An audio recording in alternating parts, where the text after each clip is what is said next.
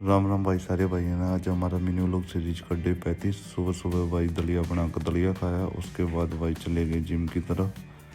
फिर जिम में पहुंच कर भाई वर्कआउट वगैरह किया। उसके बाद भाई वापस चल पड़े घर की तरफ। रास्ते में भाई ये मिल गए थे डोगेश भाई। उसके बाद भाई अपन ने पिया भाई प्रोटीन पी के चल पड़े भाई काम की तरफ। रास्ते में भाई ये थोड़े नज़ारे से थे, बादल दिख रहे थे, थोड़े थोड़े अच्छे लग रहे थे। उसके बाद भाई हम काम पर पहुंच के चल पड़े सोनीपत की तरफ। ये चिट्टी रोड की वीडियो भाई। उसके बाद भाई हम पहुंच गए सोनीपत, मिले भैया था, पिया जूस। उसके बाद भाई वापस चल पड़े काम की तरफ और सामान लेके पहुंच गए थे भाई नरेला। उसके बाद भाई धीरे धीरे पहुंच के भाई बवाना में हनुमान जी के दर्शन करे। उसके बाद भाई हम बढ़ चले आगे और फिर भाई शाम को आ गए थे घर पे। आज के मिनी व्लॉग में इतना ही। राम राम भाई सारे भाई है ना।